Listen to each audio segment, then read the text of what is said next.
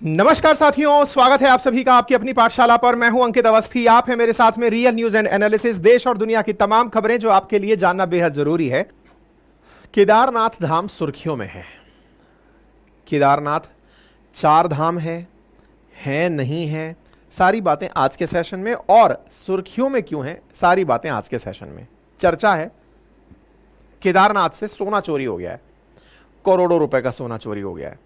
सोना चोरी होने की एक खबर कहां से आई, इलेक्शन से पहले की खबर हाल ही में फिर से कैसे फ्लैश में आई, सारी बातें बताएंगे। देखिए, भारत के अंदर जो हिंदू मान्यताएं हैं उसमें चार धाम की यात्रा जीवन में एक बार करने का उद्देश्य परिवार लेकर चलता है, जिनमें चार धाम में चारों दिशाओं के हिसाब से हैं। बद्रीनाथ उत्तर में, रामेश्वरम दक्षिण में, जगन्नाथपुरी पूर्व में और पश्चिम के तरफ द्वारकाधीश। चार धाम भारत के चार कोनों में स्थित वो धाम हैं जिनकी यात्राएं एक हिंदू अपने जीवन काल में करना अपने लिए लक्ष्य मानकर चलता है। वहीं ठीक इसी प्रकार से उत्तराखंड के अंदर भी चार पवित्र स्थान हैं। उन्हें उत्तराखंड के चार धाम के नाम से जाना जाता है। उत्तराखंड के इन चार धामों में बद्रीनाथ, केदारनाथ, गंगोत्री और यमुनोत्री। इसलिए सरकार जब कई बार बोलती है चार धाम प्रोजेक्ट, तो वो असल में उत्तराखंड के इन चार धामों को ध्यान में रखकर बोलती है। इन्हीं में से फिलहाल केदारनाथ सुर्खी में है। क्यों सुर्खी में है? क्योंकि हाल ही में एक शंकराचार्य जी के द्वारा कहा गया है कि केदारनाथ के अंदर जो गोल्ड की प्लेटिंग थी वो नकली थी और उसमें गोल्ड स्कैम हुआ है। इसकी जांच कौन करेगा? हाल ही में सुर्खी है, जिसको कि 15 जुलाई को अखबारों में कवर किया गया, कि केदारनाथ का जो मंदिर है यहां से 228 किलो गोल्ड मिस हो गया है, गायब हो गया है। ऐसा ज्योतिर्मठ के जो शंकराचार्य हैं अवि मुक्तेश्वर जी, उनके द्वारा ये लाइन कही गई है। तो आप यहां पर इनके द्वारा दिया गया बयान सुन सकते हैं। ये शंकराचार्य हैं ज्योतिर्मठ के, स्वामी अवि मुक्तेश्वरानंद इनका नाम है। इन्होंने सोने का घोटाला हो गया ये वाली लाइन को रखा। बोले आप लोग इस विषय को न्यूज चैनल्स वाले क्यों नहीं उठाते कि भाई सोने का घोटाला हो गया, कोई इस बात को कब उठाएगा? हाल ही में आपके काफी सारे बयान, घोटाला हो गया तो अब आप दिल्ली में केदारनाथ बना लोगे, वहां पर फिर दूसरा घोटाला करोगे। आप दिल्ली में केदारनाथ बना लोगे। 228 किलो सोना केदारनाथ से गायब कर लिया गया। दिल्ली में अब आप केदारनाथ मंदिर बना लोगे, फिर वहां घोटाला करोगे। कोई जांच तक नहीं बैठाई गई। 228 किलो सोना का घोटाला। तो जब आपने ये वाली बात बोली कि 228 किलो सोना चोरी हो गया, तो इसकी मार्केट वैल्यू 125 करोड़ की बताई गई और कहा गया कि 125 करोड़ रुपए का केदारनाथ मंदिर से सोना चोरी हो गया। इस बात पर तो सबके कान खड़े हो ही जाएंगे कि यार ये कैसे हो गया, क्या हो गया। अच्छा, एक इंटरेस्टिंग बात मैं यहां पर और बता दूं। आप हाल ही में काफी ज्यादा सुर्खियों में कई कारणों से रहे हैं। सुर्खियों में कारणों में रहे अयोध्या राम मंदिर की प्राण प्रतिष्ठा में मुहूर्त को लेकर के कि यह मुहूर्त शुभ नहीं है, मंदिर अपूर्ण है, तो रामलला को कैसे बिठाया जा सकता है। उस कारण से बयान देते हुए भी काफी ज्यादा कैमरों पे दिखाई दिए। आपके द्वारा बहुत से बयान ऐसे भी दिए गए जो राजनीति से प्रेरित प्रतीत होते हैं। इस तरह के कई पत्रकारों ने इनसे सवाल किए कि सर आप राजनीतिक बयान क्यों देते हैं। जैसे हाल ही में ये अंबानी परिवार की शादी में गए थे, वहां से जब मुंबई गए थे तो चलो साहब इस बहाने उद्धव ठाकरे जी से भी मिल लेते हैं। आप उद्धव ठाकरे जी से भी मिले क्योंकि उन्होंने इन्हें इनवाइट किया था। ठाकरे साहब से मुलाकात के बाद आपने कहा कि उनके साथ में विश्वासघात हुआ है और विश्वासघात करने के लिए कौन जिम्मेदार है? तो ऑब्वियस ही बात है, महाराष्ट्र की पॉलिटिक्स में बीजेपी जिम्मेदार है। तो डायरेक्टली ये बीजेपी के ऊपर कह रहे थे कि ये विश्वासघात करने वाले लोग हैं और विश्वासघात जो कर रहे हैं वो हिंदू नहीं हो सकते क्योंकि हिंदू विश्वासघात नहीं करते। इस तरह से आपने राजनीति में रुचि लेते हुए शिवसेना, उद्धव ठाकरे ग्रुप और एक तरफ बीजेपी, इन दोनों के बीच का जो वैमनस्य फैला हुआ है उस पर उद्धव ठाकरे जी को आशीर्वाद दिया और दूसरों को कि यार तुम विश्वासघात किए हो, इस तरह से उन्हें कोसा।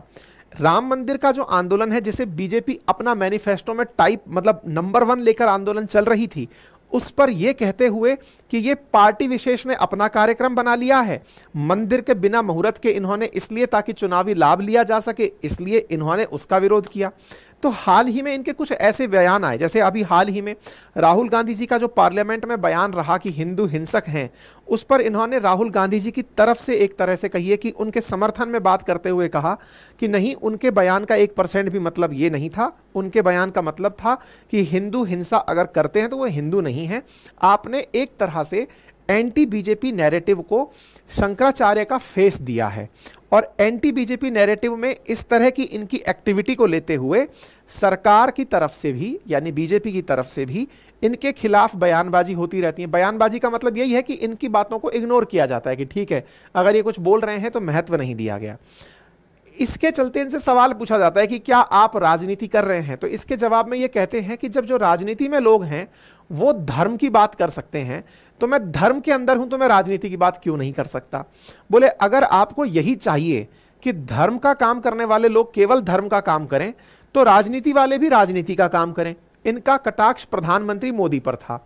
उनका कहना था कि जब रामलला की प्राण प्रतिष्ठा हो रही थी तो प्रधानमंत्री उसके अंदर क्यों मेन जजमान बनकर बैठे हुए थे। ये साधु संतों का काम होना चाहिए था, पुजारियों का काम होना चाहिए था, फिर प्रधानमंत्री मोदी को उसका काम क्यों सौंपा गया।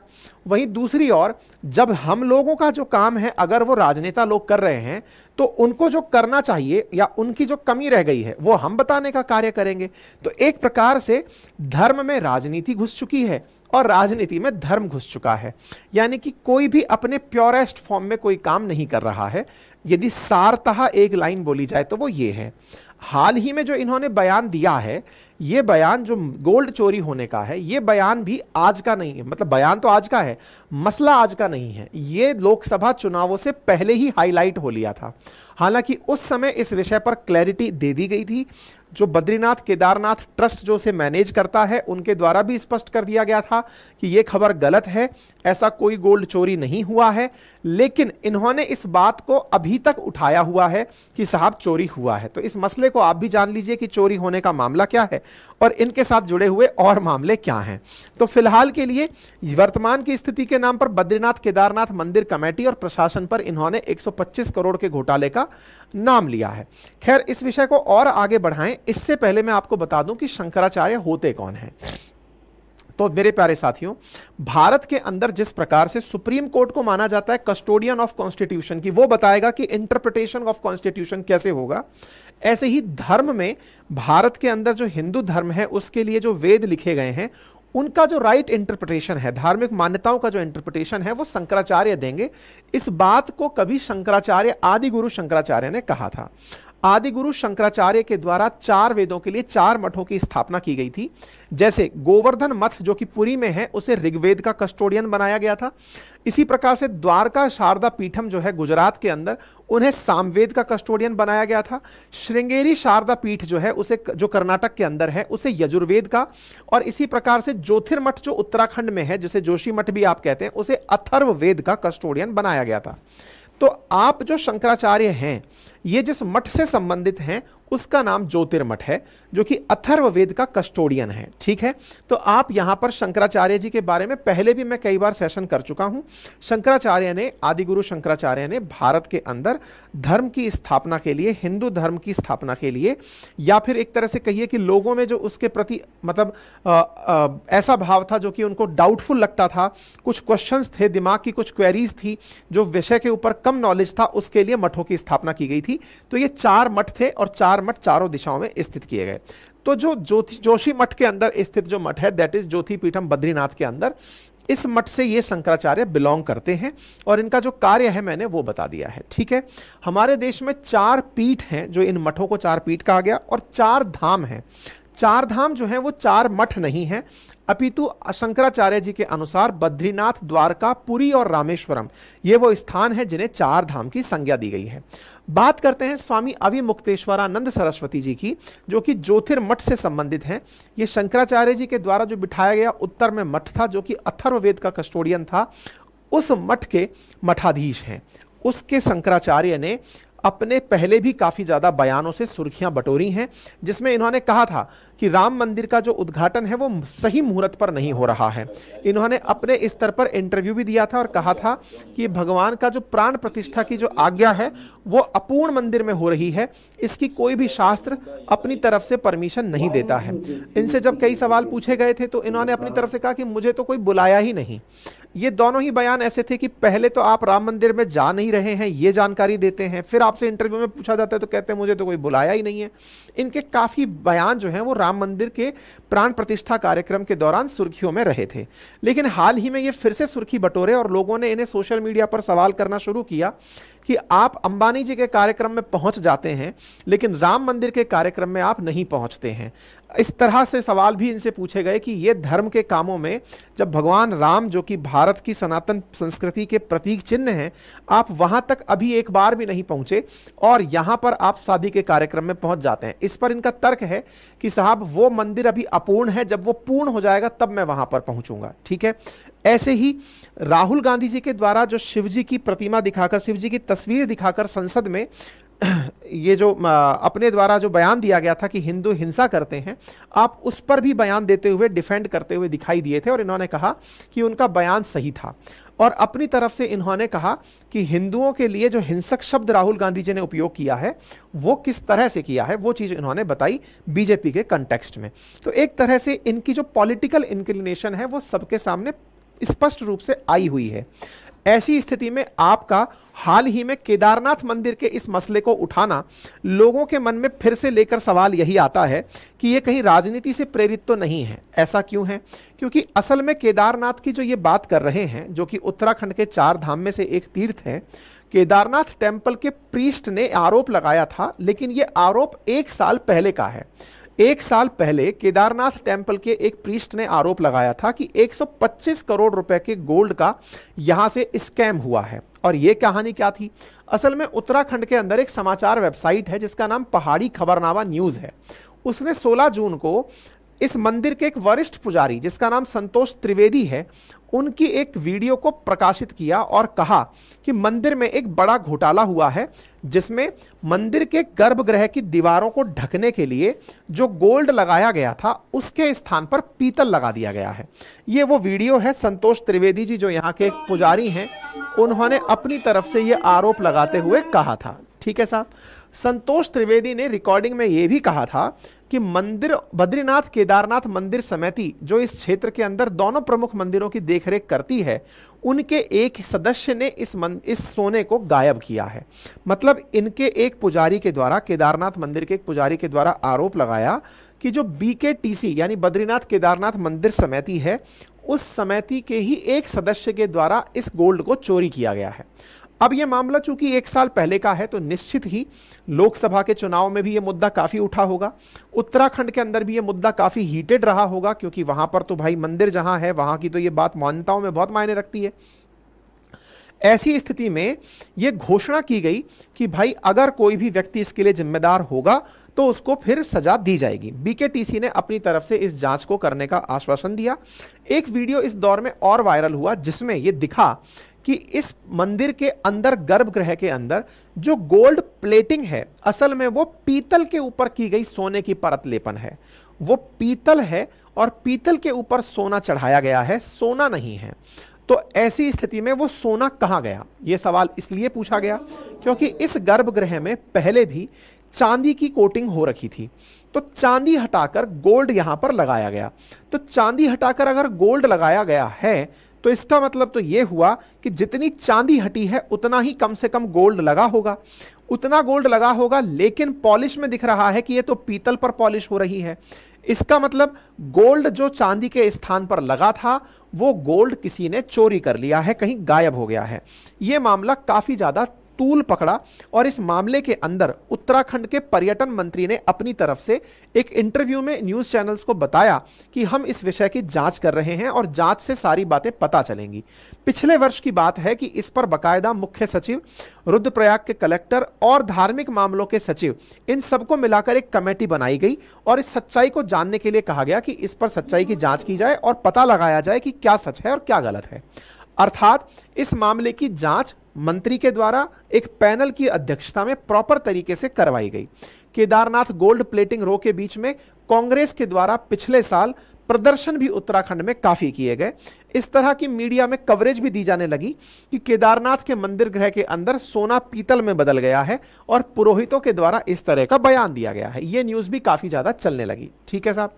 इस बात पर BKTC की तरफ से, यानी बद्रीनाथ केदारनाथ जो तीर्थ ट्रस्ट है, उसने क्या कहा?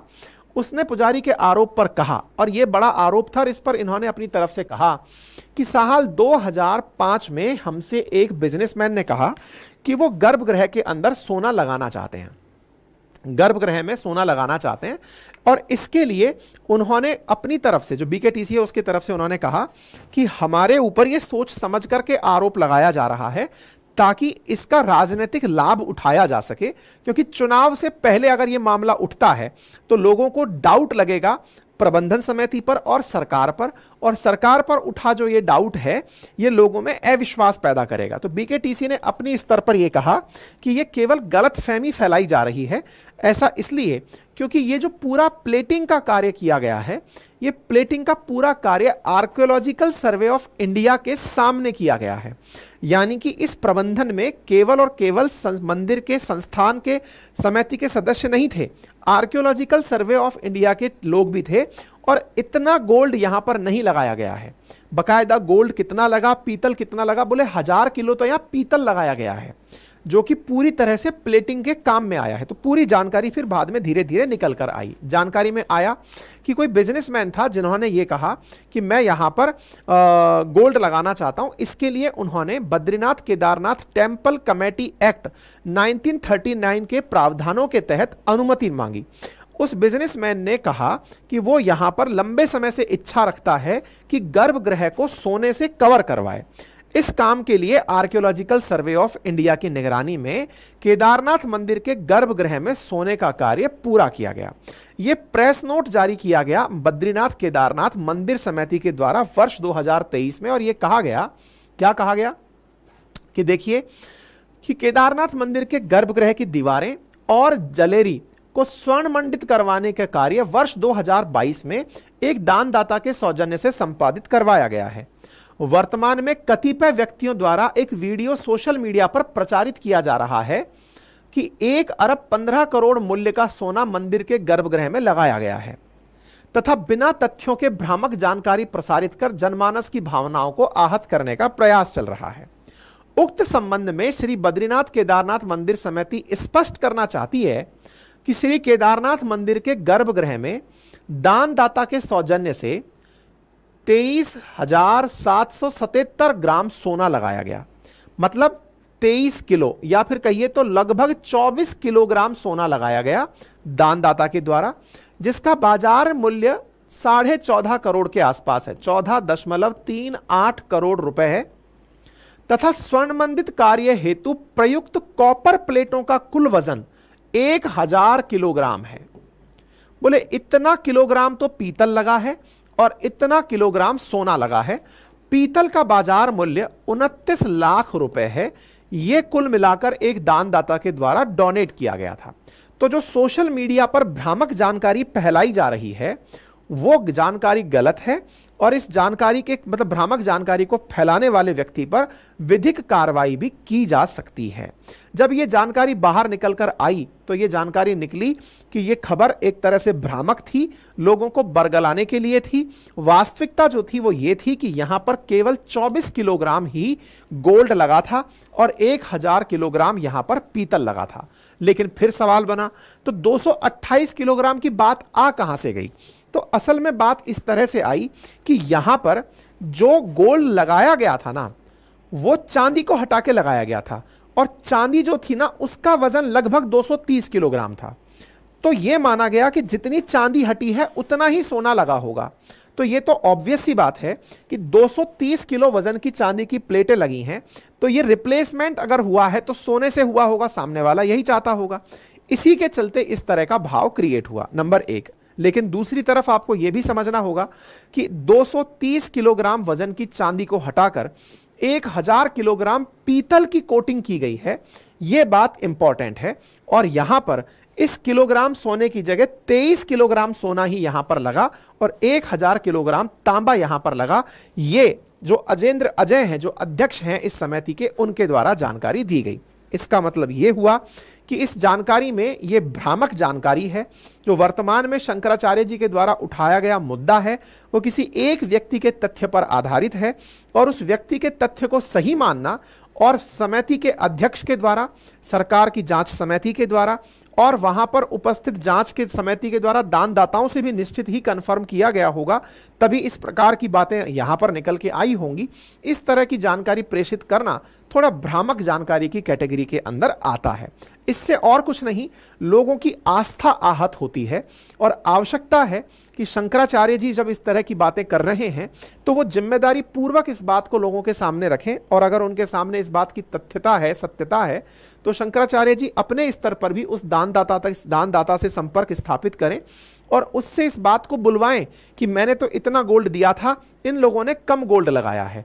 ऐसी स्थिति देश के अंदर जो धर्म के लोग हैं उनके द्वारा अगर फैलाई जाए कि साहब इतना लगाया था, इतना लगा है, इससे लोगों में, इतने बड़े आदमी के मुंह से इस तरह की बात सुनकर के धर्म के प्रति आस्था का जो भाव है वो कहीं ना कहीं चैलेंज होता है। ये समझने की आवश्यकता है। इन्होंने एक मुद्दा और उठाया, और वो मुद्दा क्या था? इन्होंने मुद्दा उठाया कि साहब मुद्दा ये है कि दिल्ली के अंदर भी केदारनाथ मंदिर बनाया जा रहा है। तो बोले केदारनाथ मंदिर जहां है वही केदारनाथ मंदिर बना लिए रहते, केदारनाथ धाम जहां है वहीं रहने देते, दिल्ली में क्यों बनाया जा रहा है? बोले जैसे वहां पर लूट मचाई है वैसी ही लूट यहां मचाएंगे। अगेन ये राजनीति से प्रेरित ज्यादा था, लेकिन फिर भी इन्होंने जिस तरफ ध्यान दिलवाया वो ये था कि यहां पर केदारनाथ धाम ट्रस्ट दिल्ली बोल करके, और ये जो सुरेंद्र रातोला करके कोई व्यक्ति है जिसने दिल्ली के बुराड़ी के अंदर 15 करोड़ का चंदा इकट्ठा कर लिया है और मंदिर का निर्माण करवा रहा है, उस मंदिर के निर्माण में केदारनाथ धाम मंदिर नाम रख करके इसका निर्माण कार्य चल रहा है। अगर हम बात करें यहां पर शंकराचार्य जी की, तो शंकराचार्य जी का बयान है कि यहां पर उस नाम से मंदिर क्यों बनवाया जा रहा है जिस नाम से ऑलरेडी मंदिर है, लोगों में इससे भ्रम की स्थिति उत्पन्न होगी। वास्तविकता यह है कि अपने देश में ऑलरेडी बहुत सारे मंदिरों के नाम पर बहुत सारे मंदिर बने हुए हैं। इसका एक उदाहरण मैं आपको अपनी तरफ से देता हूं। माता वैष्णो देवी के मंदिर की रेप्लिका ना जाने कितनी जगह पर बनी हुई हैं, कानपुर में बनी हुई हैं, कोटा में बनी हुई हैं, और उसको बकायदा मां वैष्णो देवी के नाम से ही पुकारा जाता है। इवन वो वृंदावन में बनी हुई है। तो माता जहां है उनकी चीजें जो वहां तक लोग नहीं पहुंच पाए, वैसा ही भाव लोगों को और जगह मिले, इसको ध्यान में रखकर लोगों के द्वारा मंदिरों का निर्माण करवाया जाता रहा है। रही बात 4 धाम में से एक केदारनाथ धाम की, तो ऑलरेडी भारत के अंदर इंदौर में, साथ ही साथ मुंबई के अंदर ऑलरेडी बद्रीनाथ, केदारनाथ, इन मंदिरों की रेप्लिकाएं बनाई जा चुकी हैं और उनको भी उस समय के तत्कालीन सीएम के द्वारा मतलब शिलान्यास किया गया है। तो पहले भी यह काम होता आया है, लेकिन फिलहाल के लिए शंकराचार्य जी ने जो बयान रखा है वो ये है कि आप इस मंदिर के प्रचार प्रसार से धाम और मंदिर में लोगों को कंफ्यूज कर दे रहे हैं। तो धाम और मंदिर के बीच में क्या अंतर निकला? तो बोले केदारनाथ दिल्ली धाम जब ये लिख रहे हो तो बोले इससे लोगों को लगेगा कि धाम तो वो होता है जहां भगवान रहता है, मंदिर में वहां पर प्राण प्रतिष्ठा की जाती है। तो बोले आप लोग मंदिर बना रहे हो, धाम नहीं बना रहे हो। तो बोले धाम और मंदिर को लेकर कंफ्यूजन है। तो फिर ये जो आयोजक है जिसके द्वारा ये काम किया जा रहा है, सुरेंद्र रातोला, इन्होंने अपने स्तर पे कहा है कि ठीक है भाई, अगर इस बात में नाम में कोई दिक्कत है तो नाम में करेक्शन कर देंगे। मामला बड़ा इसलिए उठा क्योंकि इस मंदिर के लिए जो पुष्कर सिंह धामी हैं उत्तराखंड के सीएम साहब, उनको इनवाइट किया गया था। तो ऐसी स्थिति में मतलब शिलान्यास के लिए उनको इनवाइट किया गया था। तो इस आधार पर यह मामला फिर से राजनीतिक हो गया। इस बात को लेकर के इन्होंने अपने स्तर पर कहा कि केदारनाथ मंदिर जो दिल्ली में बनाया जा रहा है वो मंदिर है, धाम नहीं है, और हम उस चीज के लिए ध्यान रख करके कार्य करेंगे। इन्होंने अपनी तरफ से अपनी सफाई दे दी है। ठीक है साहब।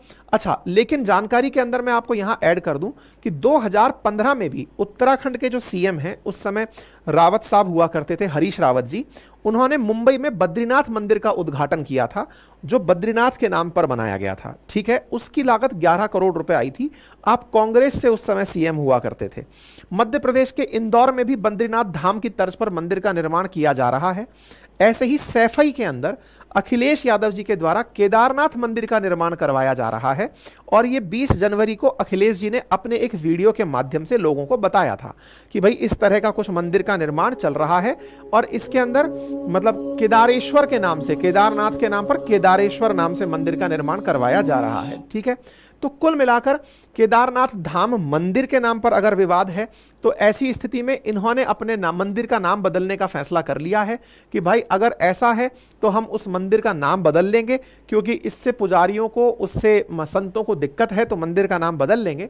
लेकिन अगेन सवाल वहीं पर आकर खड़ा होता है, और वो सवाल ये है कि हमारे देश में मंदिर आस्था का प्रतीक रहे हैं और साधु संत उस आस्था को प्रबल कराने वाले व्यक्ति रहे हैं।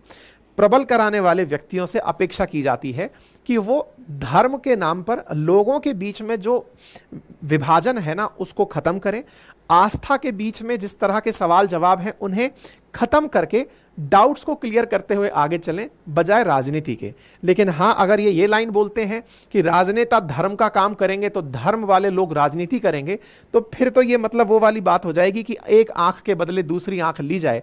तो फिर तो चोर और पुलिस की भी क्या जरूरत है, चोर को जनता के ही हवाले कर दो, पुलिस की क्या जरूरत है। यानी कि आप अगर ये कहें कि इसने गलत किया है इसलिए मैं गलत करूंगा, ये बयान थोड़ा सा समझ के हिसाब से कम प्रतीत होता है। बाकी बड़े लोग हैं, इनकी समझ को समर्पण है, ये जिस तरह के बयानबाजी करें वो देश के अंदर प्रशंसनीय है। बाकी आप इस विषय पर क्या सोचते हैं, अपनी राय जरूर लिखें, ठीक है, कमेंट बॉक्स के अंदर। बाकी हमारे कोर्सेज और हमारी नोट्स आपको अपने पाठशाला एप्लीकेशन पर उपलब्ध हो जाएंगे।